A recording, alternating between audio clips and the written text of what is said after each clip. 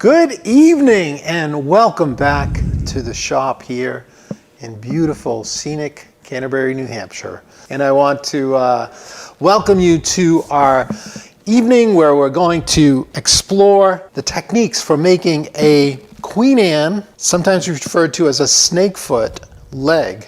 This Queen Anne snakefoot, it's a sweet leg to make. It doesn't take a lot of time. It is sculptural, but it's deceiving actually how little time it takes.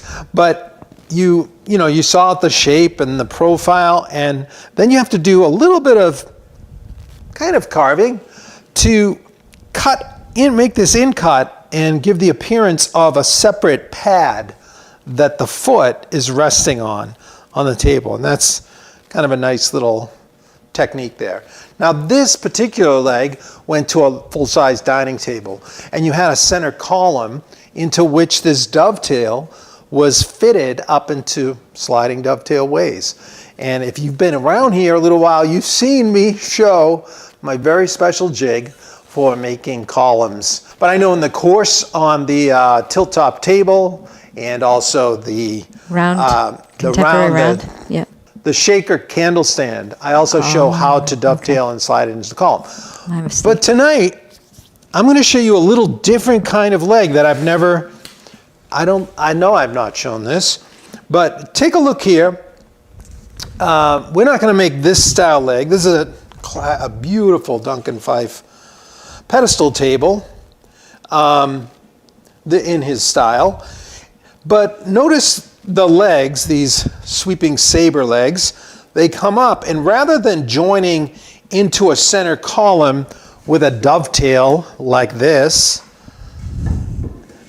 they actually attach to a block. Now they are quite likely dovetailed as well, but what I want you to see here is that they're coming into a center kind of block that gets the legs further apart. So all of these examples are different ways that you can see a leg coming in. Now on this page you can see back to the classic leg coming into a column. I don't know if you can see those light little pencil marks. I scaled this table and I made actually some of you may have seen the table I made like this, and well, it was inspired by it. I love those legs. So anyway, that's what we're going to look at. But here's a Williamsburg book. By the way, that book I was just showing you out of is called Fine Points of Furniture. So Israel Sack wrote the first one, antique collectors and dealers in New York City for years, and got their hands on some of the finest antiques throughout the years. And he wrote a book called Best. This is Israel, the father. And it was a wonderful book. What's so good about it is that it allows you to look, contrast, and compare different quality of furniture. So in one category, like those tables I was just showing you, it'll have one where, well, let's look at these slant top desks. It'll have one it calls better, and then they describe and say why it's nice. This one's superior. He broke it down to a little more instead of good, better, best. And he describes little subtleties that make it quite nice and set it apart from the better. And then the masterpiece, where you have even more exceptional detail, refinement, just these little things that set it apart and make it pretty much museum worthy. This one is even more rich than the original because he used a lot of his father's plus some additional pieces. But this book I've got here is the Williamsburg reproductions. Now these are some pedestal tables. So here you have like snakefoot legs that are going into a center column. So this one, however, is a center column, but it's more of a disc, another column. But check this one out. It's got a triangular kind of block right there. And the legs are coming in 3 places. So it gives it a nice wider stance and kind of a flatter look closer to the floor. And then this one's similar.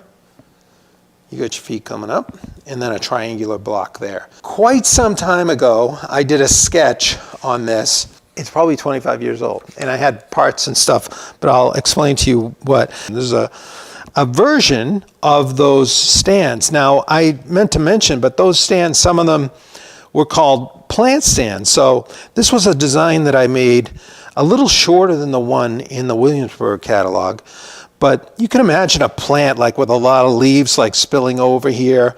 It's basically that base, that triangular block base, and then a turn column and an octagonal top. And I was thinking the top could have a 1/4-inch piece of stone, so almost like a nice tile you could use.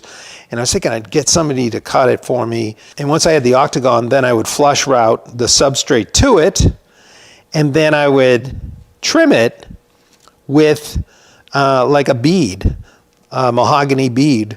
So it would look, everything would be mahogany, but the actual plant base would sit on a stone. I was thinking some kind of green stone would be awesome. I don't think about it so much.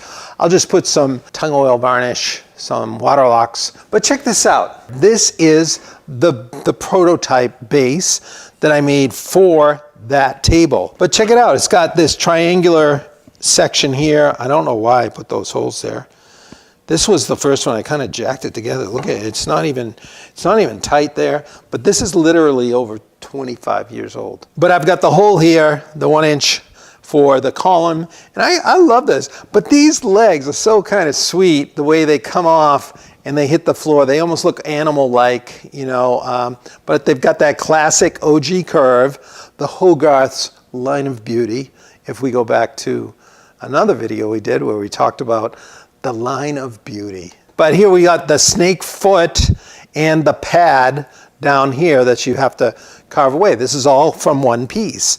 And then it's joined to the block. Now tonight, we don't have time to get into the block and the joinery, but I do want to focus on making this foot. When you're making a leg like this, you start with a pattern. I couldn't find the pattern to this particular one, so I derived it from some lines I already had on these blocks. So this was a chunk of mahogany, and what's really other reminiscent and sentimental about doing something like this for me is that this is genuine mahogany, which it's still available, but it's not around as much because they kind of put the kibosh on harvesting it down in Brazil where it was most prevalent.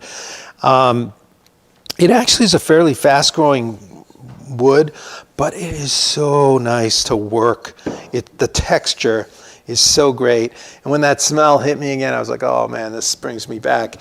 And the way you can carve it and all, it's just incredible. Anyway, this is the cute little pattern for that leg. And this little pattern was made so that when this flat sits, this part here is 90 degrees to the floor. And the height of this ends up being 6 inches off the floor to the top. So you can see how it comes in right about there to the same height as our pedestal here. All right, so what I would do is bring it on over and trace it. We'll see if we can get the line spot on.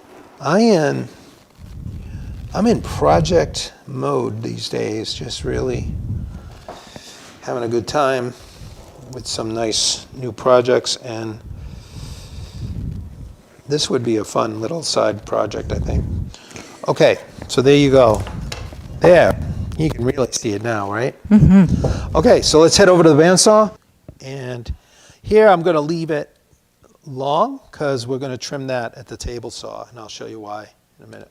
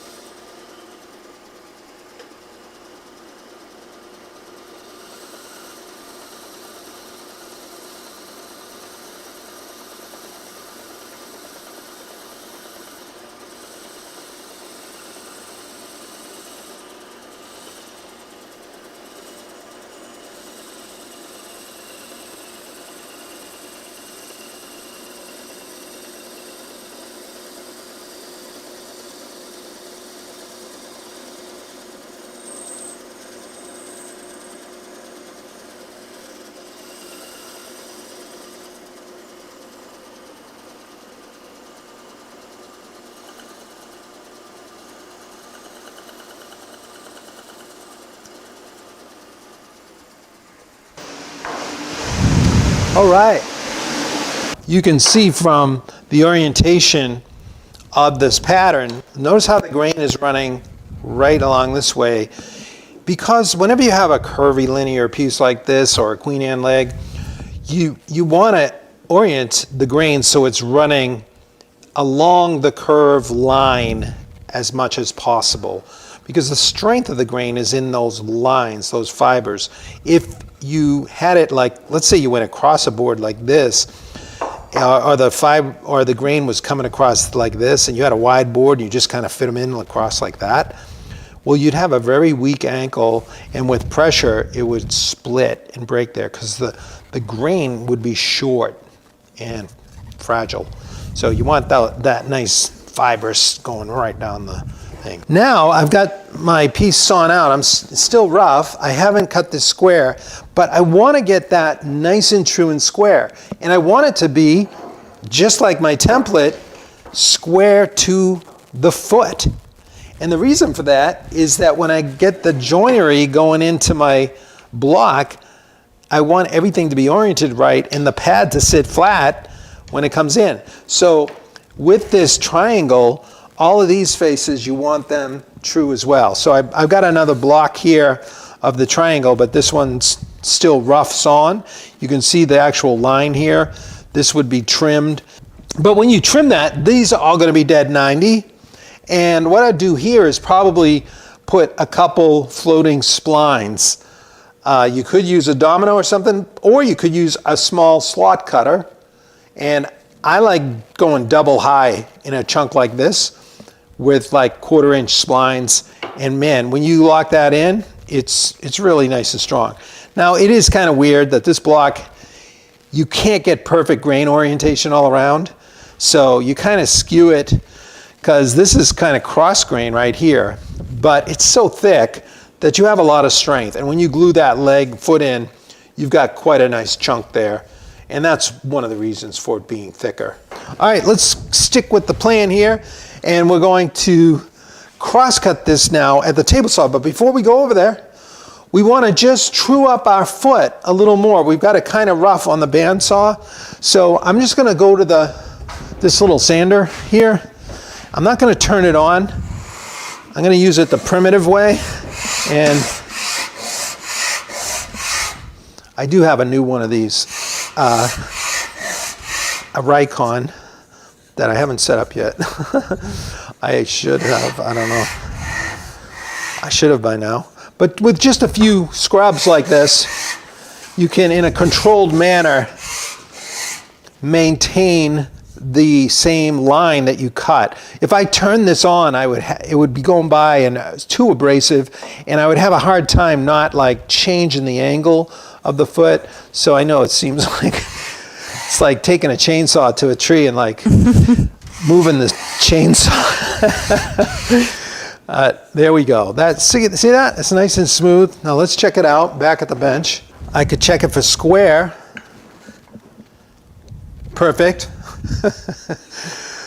Whether it is or not, I just yell that out with confidence. Perfect. And then over here, look, I can bring it up and I can see that's going to be nice and square to my line. But let's see what the height is right here, because we should be right around 6. And check it out. There we are. We're right just a touch over 6, which I wanted because it's still rough. All right. So now we're going to take it over to the table saw. Now I'm at the table saw. And we are going to make a cross cut here. Now, if you use your template, you can see that you would want your foot to be anchored against your square fence. We know we got a 90-degree curve here. And then you can bring it over, and you want to cut flush right to there. So I know that's my line there. But better than that, I want to make some kind of backer here, because I can't hold it there and make that cut with no support behind there. So I want to support that, but in order to get that piece in the right place, I can just bring I've got a piece of plywood here. It doesn't necessarily have to go all the way up, but I would put a piece of plywood like this and just slide it over I could use a little square against the curve until I got right to the right place and put a stop over here, okay, which I already did. So the toe is hitting the stop. The foot is flat against the fence. And now I can just take this little piece of plywood, slide it out, and it's flat against the fence there. And with that in position, I can just mark right here. Just mark that shape. Okay, and I'm going to mark right the location this is on. And I'd go over to the bandsaw and cut that off. And make a nice careful cut. So then when I come back and I put it right back where it is, now I can take away this and I'd be able to nest that right against the stop. I already made one earlier so we could speed this step up. Not that complicated.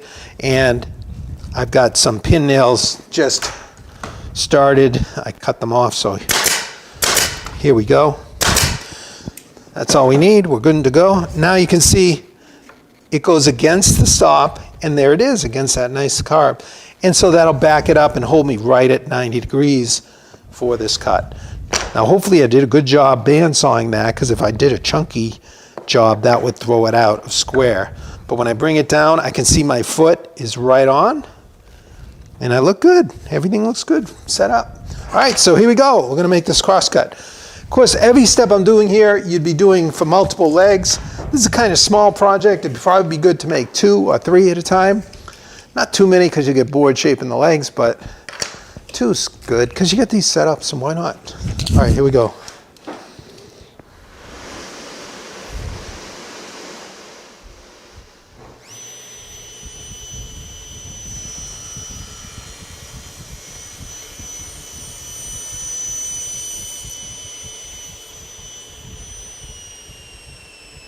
So what I want to show you now we've got that beautiful surface here, and we've got a great flat surface there ready for the joinery.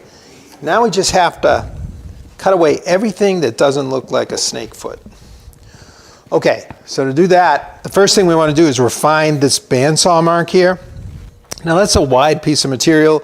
I could use some hand tools or something, but this is where a sander, a power sander, works nice. All right, here we go.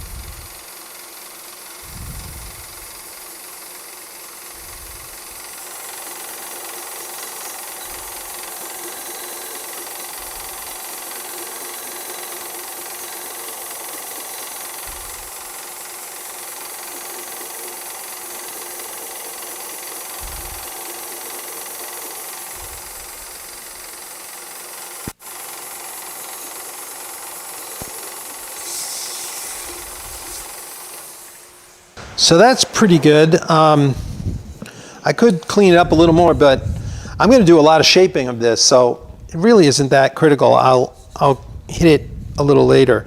But if you did want to clean it a little more, you could. Actually, a card scraper would probably take the little bit of ripple that's remaining there. Tom, what's the grit on the belt sander? I'm not sure what I got on there. I think I might have like 120 on there. It's not too coarse, so. Do you like see that? That I can feel good here. Do you prefer that more than an oscillating spindle sander? I would have preferred a spindle sander to do this. Like, I mean, a nice larger drum could have done it. When you got those flat areas, but yeah, a spindle sander would be nicer here, but I just didn't want to get that out. It's something I don't use that much, and it's not the best. While you're doing that, can you just remind us the crosscut sled, is that half-inch MDF. Yes, and if you're interested in that sled, I mean, we did a shop night live that shows making that sled, and then a shorter edited video about the 3-cut method that I used to get it exactly square.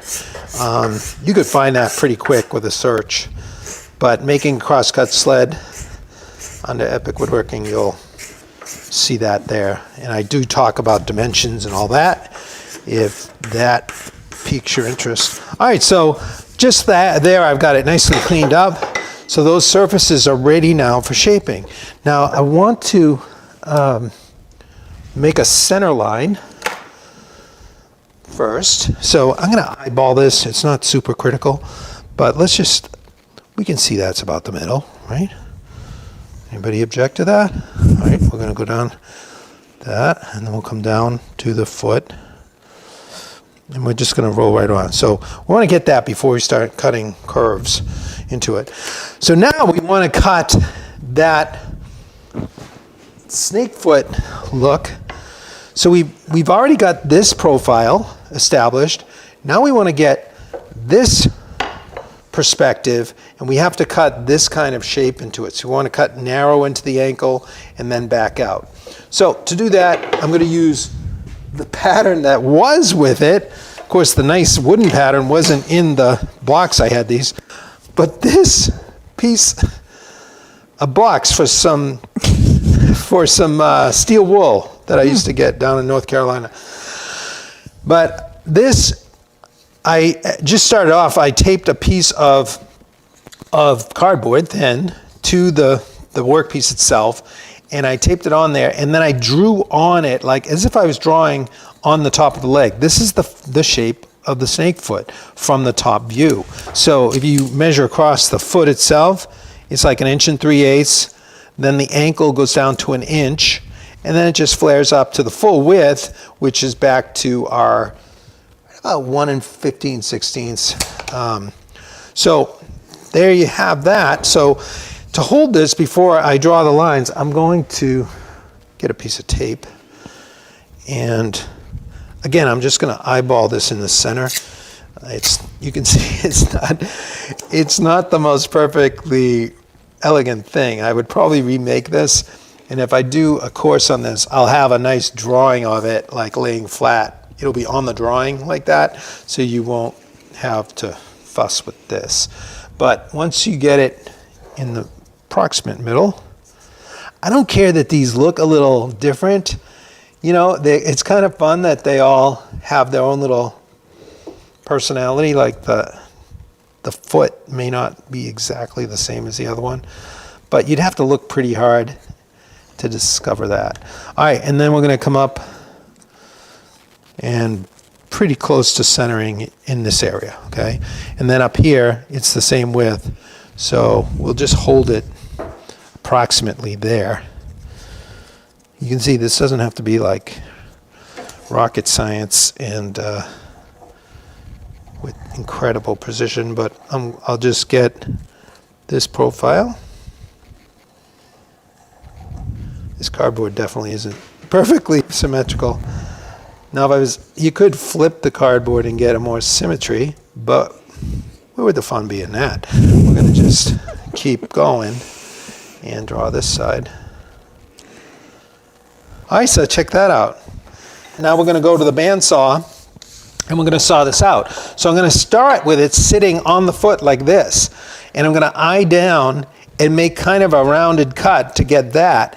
Then when I get over here, I'm going to drop it down and then make the last bit of the cut. Then I'll come up and I'll make around the toe on this side, drop it down, and we'll make that nice cut. All right, let's head back over there.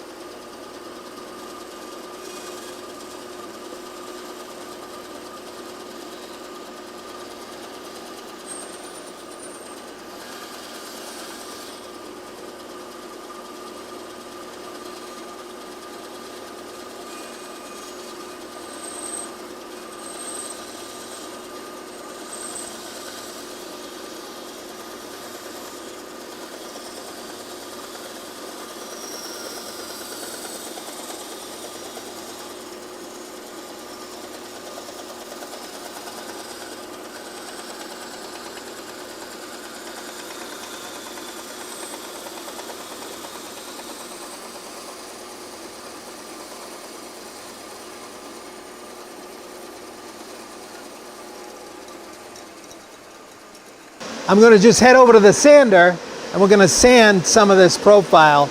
I'm going to try to true up the foot. Let's head over here.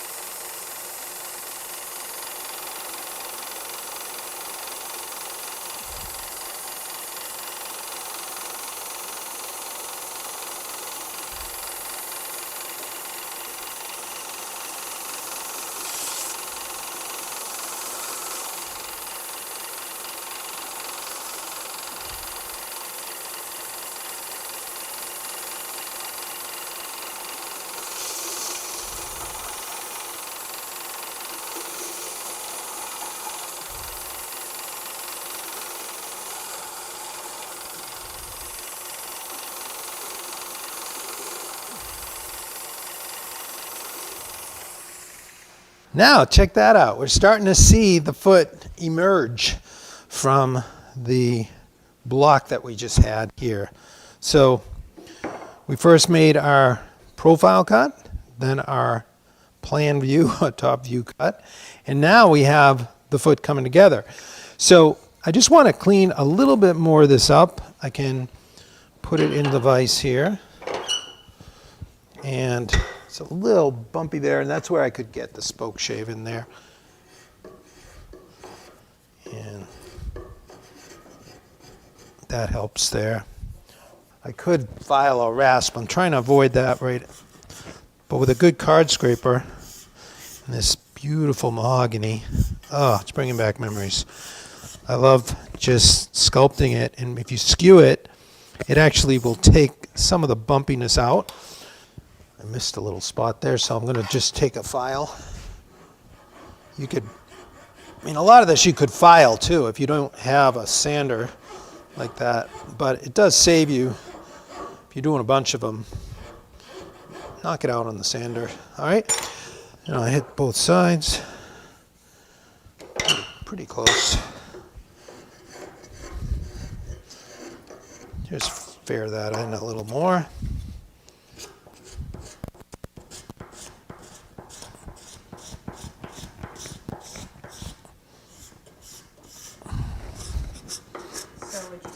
Generally follow the templates in that book when you were picking up the shaping size of the, or you're saying you took what more?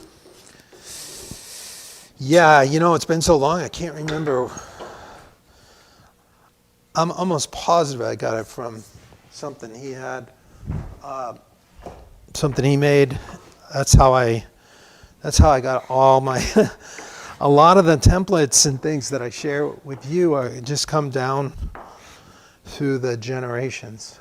So you're the next generation, so use them wisely. I'm sorry I don't have a source for this. Like, there are some good measured drawing books out there. Lester Margon made a few, but I can't remember seeing one of these. So now that I've got that, I want to start making some guidelines for shaping. And the first guideline we want to knock out is the pad, this little pad foot. And right where we have this joint right here, it's telling us that's where we're going to be. It ends up being like a healthy 1/4 inch.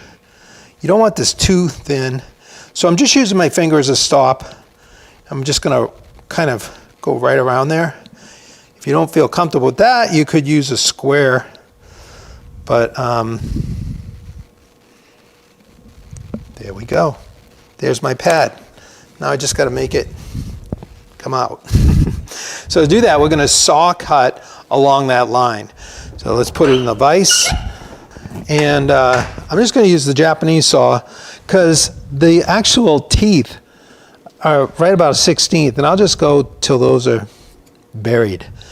And it's kind of awkward in this position. But the nice thing is that it's a light kind of touch. I'm going to pull it toward me. And then start dragging it up to the toe. If I miss, I want to miss toward the foot because I got to carve that away. I'm going to leave a nice block here. I can always, I'm going to sand and clean up that pad too, so it's not the end of the world if you nick it or something. Then come right around the toe, just letting it track right along here. Make sure I got all the way. Yeah, that feels pretty good. Okay, then I'm just gonna roll it. So we did put a link to a Japanese saw in the description if you want to check it out. It's not this one. This one I got at Woodcraft. It's a Z. It's a Zuki saw. I think it's spelled D-Z-O-U-K-I, something like that. But I can't read the name. It's in Japanese. So, but there's a Z on it. But this is a nice, useful saw for trimming, you know, tenons or whatnot, and for cutting pads on snake feet. But we put a link to one that's just a 6-inch blade. This is, so if you see that, it's not the exact same one as here. This one, I was trying to just share an Amazon link. It's the easiest way, but I know they had these at Woodcraft at one time, so maybe they still do. Somebody chime in, know where you get this. If somebody wants this exact length, they're nice to have in your tool cabinet. Okay, I'm just dragging that along the line. Trying not to screw it up. Yeah, it looks pretty good. All right. Okay, now that I've got that cut, I want to make the other lines. I've already got my center line, so that's good. And now let's get one of these legs over here so I can remember how I did it. I'm going to just make a mark right where the round over, like where this is rounding over on the surface, and then it hits flat. So it's probably, if I was to put a line right at where it's turning flat, on this leg it would be something like this, okay? And then right here it's round, so it's the center line. And then it comes up and it drifts off, because this right here is a little flat right in the middle there. But it's hard to tell. And we go both ways. And on the bottom side, you can see it's really flat here. So we'll be round right here, and then we're going to use the pencil to show the apex of that curve where it transitions to the flat. That's what I'm marking right here, okay? So I'll start with the bottom right here. Let's mark the center. We know we're kind of round right there. And then we're going to just flare off like that. I mean, you can do whatever you want, you know, but you want it to end up square here because it's going to meet the block. So you don't want to go too far. And just kind of, some of them are a little awkward to do, but sort of like that Queen Anne leg. We did a video making an actual Queen Anne leg, and it was similar to this process, and we did put a link to that. All right, so now we're in the top. We got the same thing. We're going to be round right here. The center line is good for us there. And then we're going to come in over here. Let's see. Yeah, we want it to start dropping in right here. So we'll come sloping in, and we hit the middle. Something like that. This doesn't have to be exact. These are guidelines. So then we'll do the same thing. They're guidelines, but don't screw it up.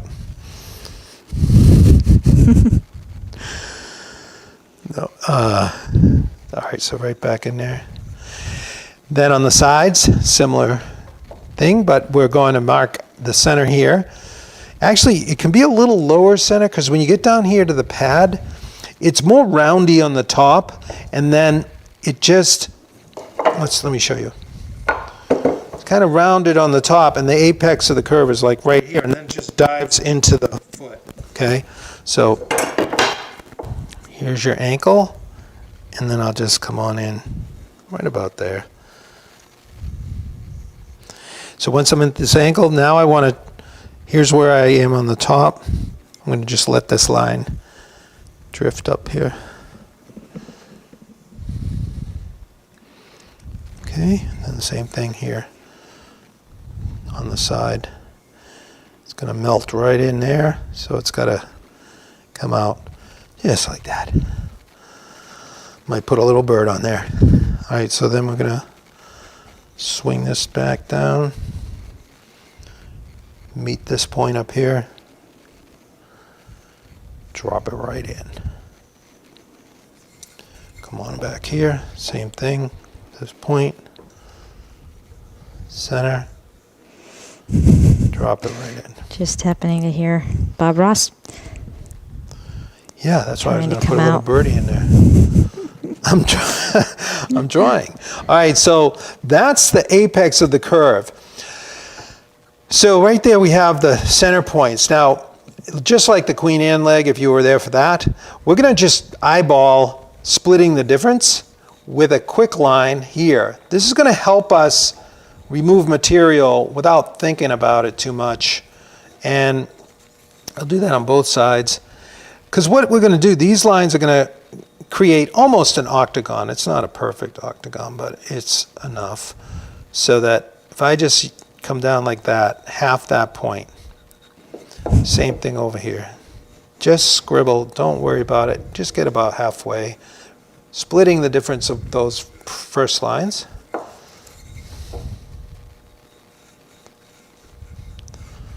That's healthier than the other side.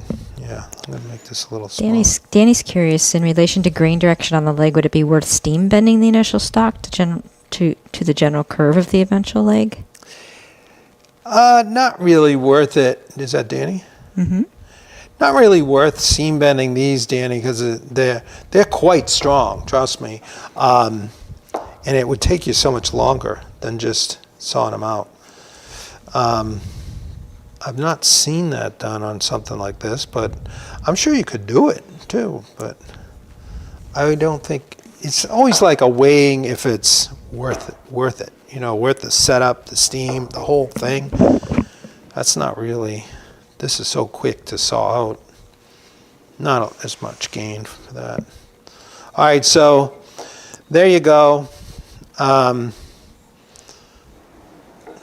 This takes a little bit of time because you're going to knock it out on all of them. But this is where you can put on a little music and just enjoy the flow, get into the flow of making these lines. And that looks like I got them all, except for this one. All right, so once these are all in, now we're ready to start shaping. I guess we'll start with the top, and then I'll show you the pad foot. Now we won't do this entire leg. We'll do a good chunk of it so that you can see at least one side of it, and the toe maybe. So I'm going to put that there, and then this stick here to act as a support. We'll throw a clamp on right here. So the nice thing about those guidelines now is they really help you make your cuts. Because if I cut that secondary line, that one that goes like halfway over, it's almost like I'm creating an octagon. It won't be a full octagon, but if I end up with equal facets there, you'll have an octagonal piece. So to turn it into a round from there is really a quick process. All right, so with a big leg, I'd use a draw knife for this, but with a small one like this, you can just use the good old bench chisel. And I'm going to use the bevel side down. And this is important with grain direction. The grain's running this way. I want to always think about that. So I'm going to go this direction, and then it's going to change right about here, and I'm going to have to come back this direction. So you got the guidelines, so you don't have to be shy with this. And oh man, the mahogany is so nice. Even the sound of it. I just love it. I miss it.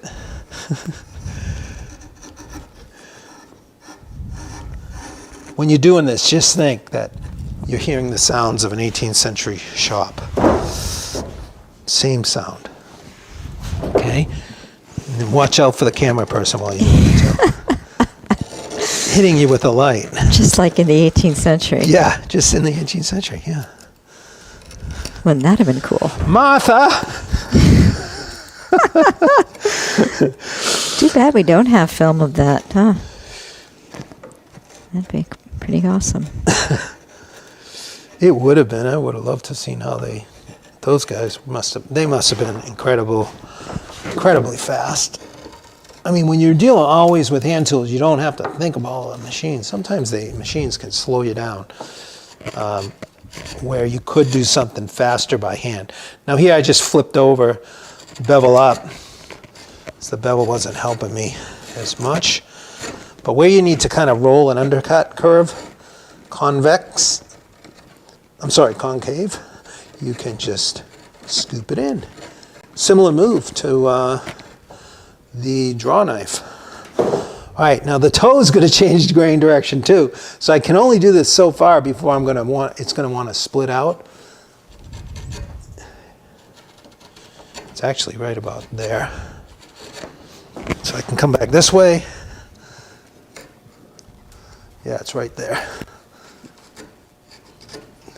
And I'm just using those guidelines to round this off. That was the transition point right there. I'll come back to the other side. This is going to get filed, so don't worry about leaving little facets.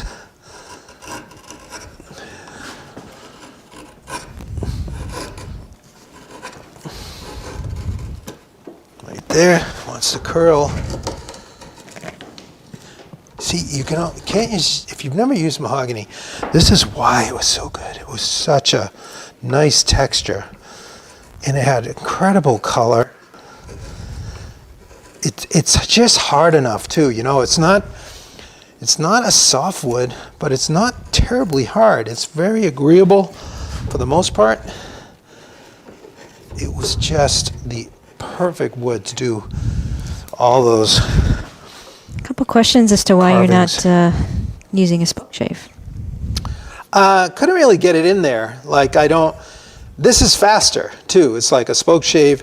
I am going to use a spoke shave to finish it off, but I can only go from about here to here. Then it gets too coved. So to get in here and really remove the material, it's a chisel for me. But they do make spoke shaves that have a rounded sole, but I've got one, and it's just kind of a pain to work with, and you wouldn't be able to remove the material as aggressively as I am right now. So this is actually kind of fun to get a little chisel work in too. Just listen to it.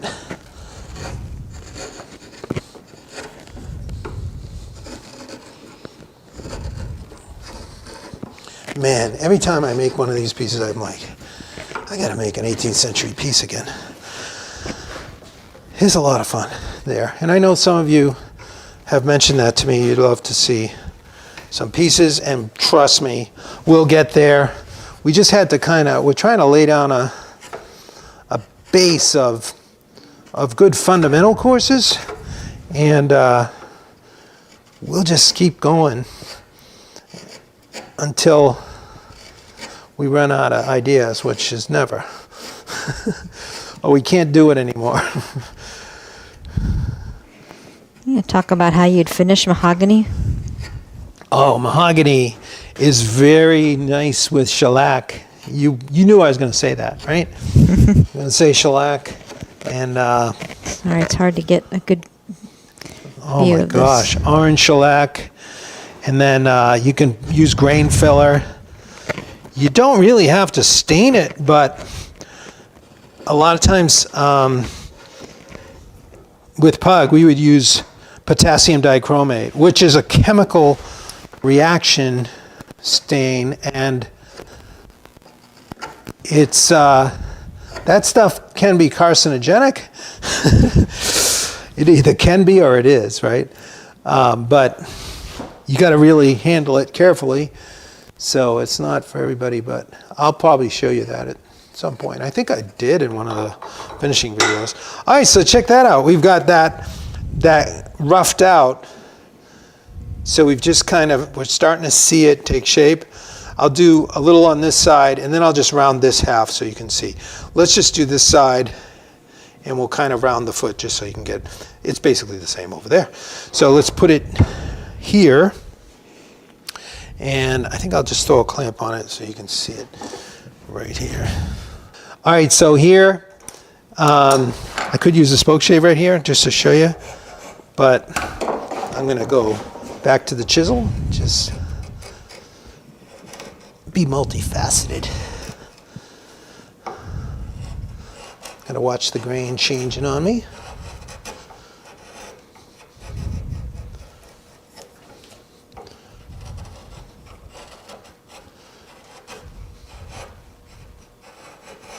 Oh, sounds so good. Now, I don't know if this grain is agreeable right there. This is tricky because it's changing right at the pad. I gotta kind of roll it right in there. That's good.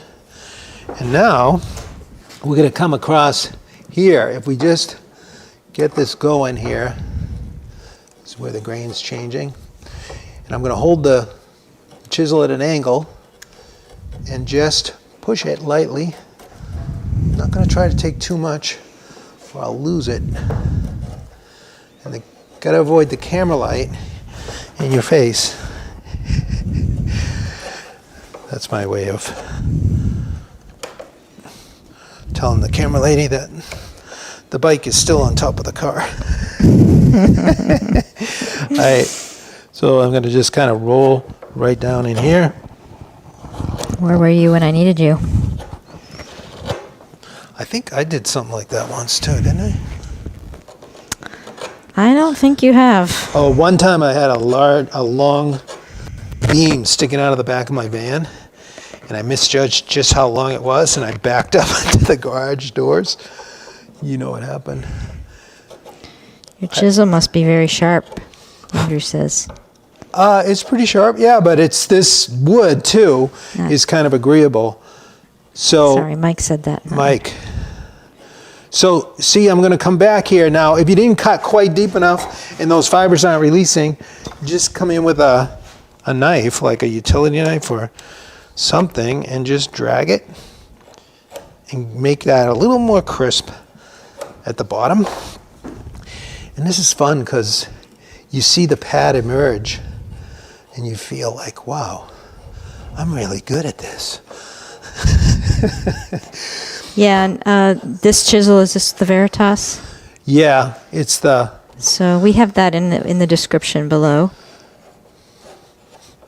Veritas PVM? PM-V11. PMV11? Yeah.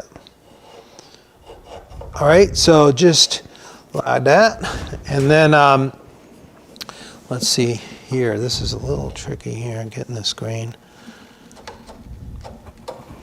So back at the corner here, it's a little more undercut because it's going to round top of the pad there. And then we've got a little more faceting to do right here. So now that I've got my facets established, now I'm going to just go down that facet and just knock it off so it starts to get closer to round. So I'm kind of splitting the difference. Let's see, I can't do that right there. Why a chisel, Tom, and not a carving tool? You could use a carving tool too, but I'm going from flat, I'm going with all these different shapes, and you know, I'd be flipping out for curved ones. I just wanted to show you that it doesn't take special tools either. Like, I do have the carving tool, the back bent curved chisel, but it's not like that precise of a thing. You really, a flat bench chisel is a very good tool for this. Because you're moving quickly, you know, and you're gonna finish it with the rasping anyway. These type of feet are always shaped with the rasp at the end, because you're gonna try to make them really smooth, you know. We've done some sharpening chisel videos, yeah, probably. I can link those here later too, that talk about the grit that you final sand or Yeah. final sharpen to. All right, so while it's here, I think I'll just hit it with a rasp a little bit. Just have you see. So this is a number 50 Nicholson, and I'm just gonna knock this over here on the bottom. Let's see, I wanna try to get it so you can still see. So I'm gonna go with the grain here.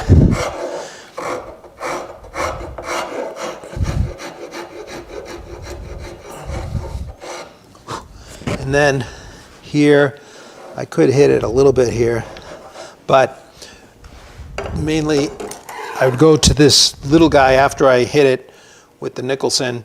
And this is a short little, like 8-inch file that has 2 grits of file, and really nice. We have the link for this as well if you want to see that.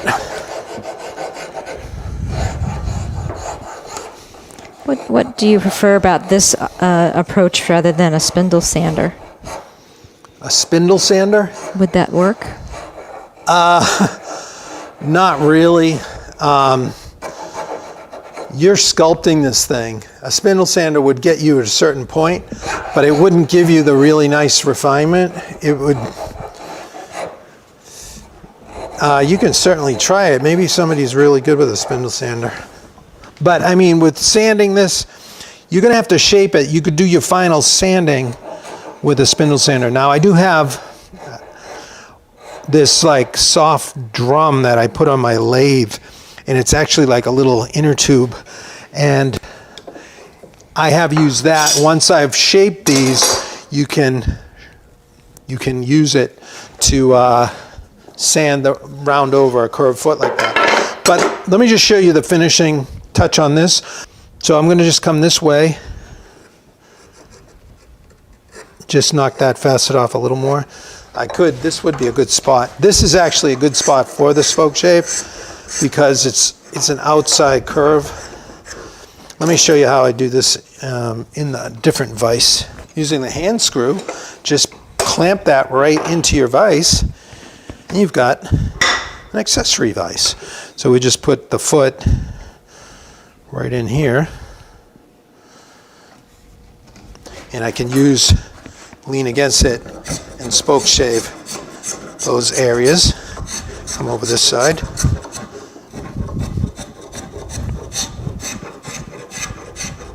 So you're just you're cleaning it up, but it quickly runs out because it's a flat sole and it can't get in there. You can try here, you can kind of knock off around the toe a little bit.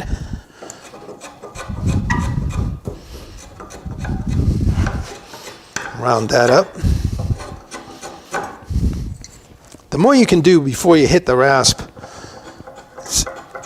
quickly with a sharp edge tool, the faster I think it is. So I'm not going to do, well, I'll do just this toe here. Get a little more of this off.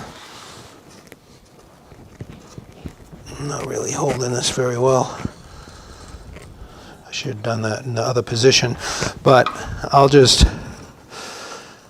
get that close. And then let's just file it a little bit. So I'm just going to focus more on this side. So you're seeing a faceted side there, okay? And the Nicholson rasp, I'm looking to round this over so we get that snake foot look. And right in that ankle, we're going to go for roundish here.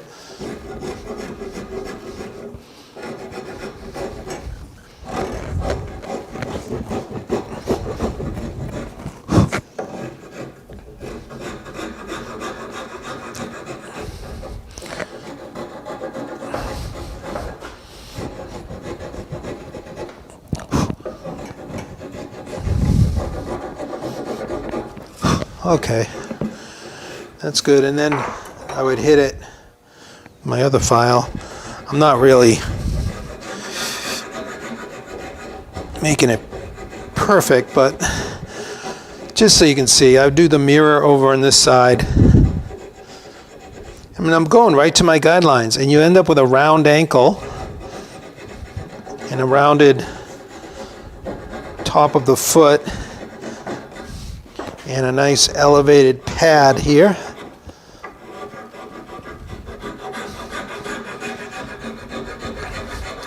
And once I get it fared with the file to a nice shape, I like it how everything's looking, we're ready for final finishing. You can clean up the edge of the pad as well, but then I would hit it with a card scraper before sanding. It just saves you so much time. Watch what happens. See how foggy that is from the file?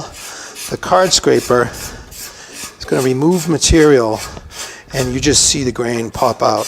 So not much to sand as much when you use it this way. So then I got to go with the grain here. And I'm just moving it slightly. So here you got to file a little bit more. And then under here, and even here I could lightly scrape this.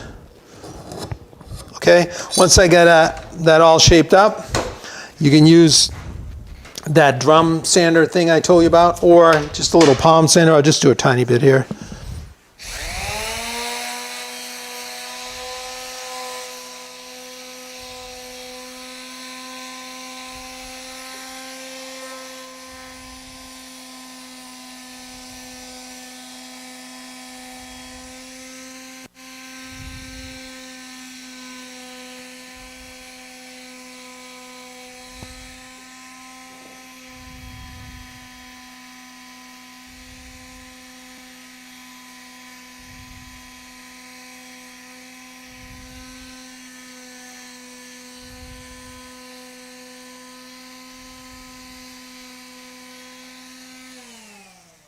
You'd final detail it.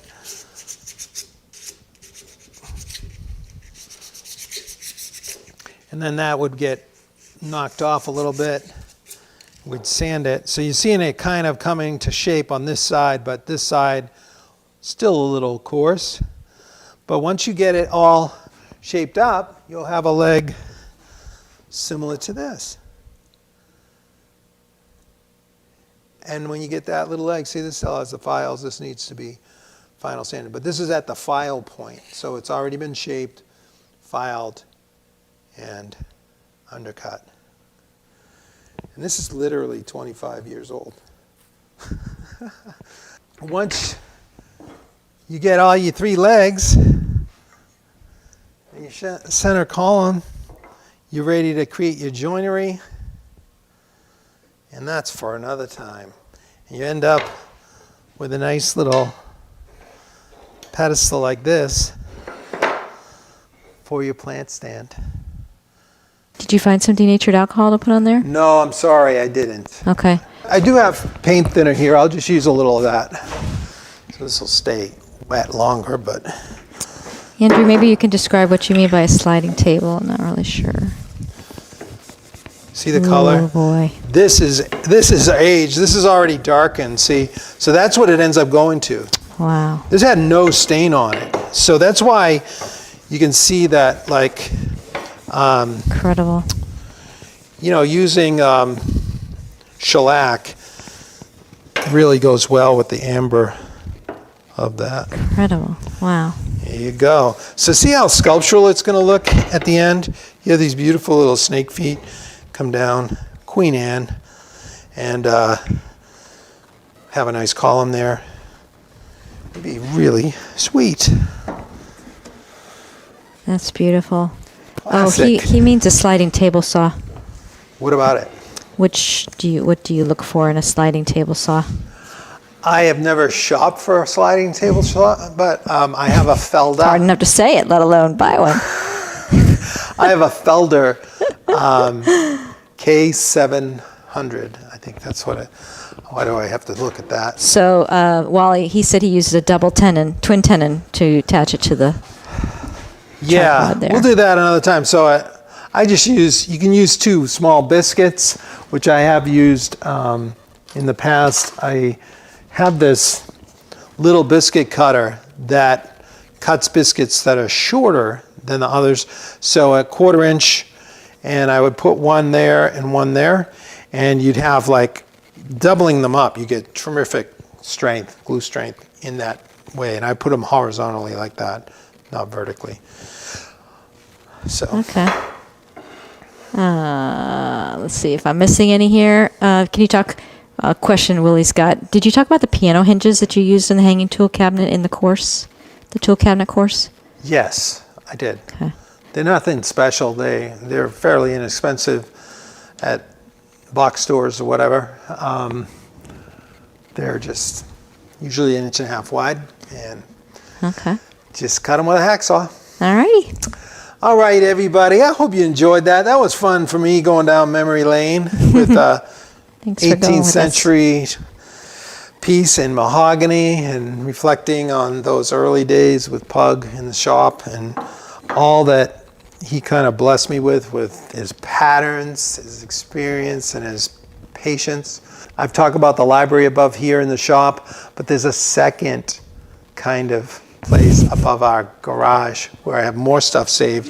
And Can you believe it? a lot of it is stuff that I got from Pug when he was closing his shop, that he unfinished projects. So these are like second generation unfinished projects.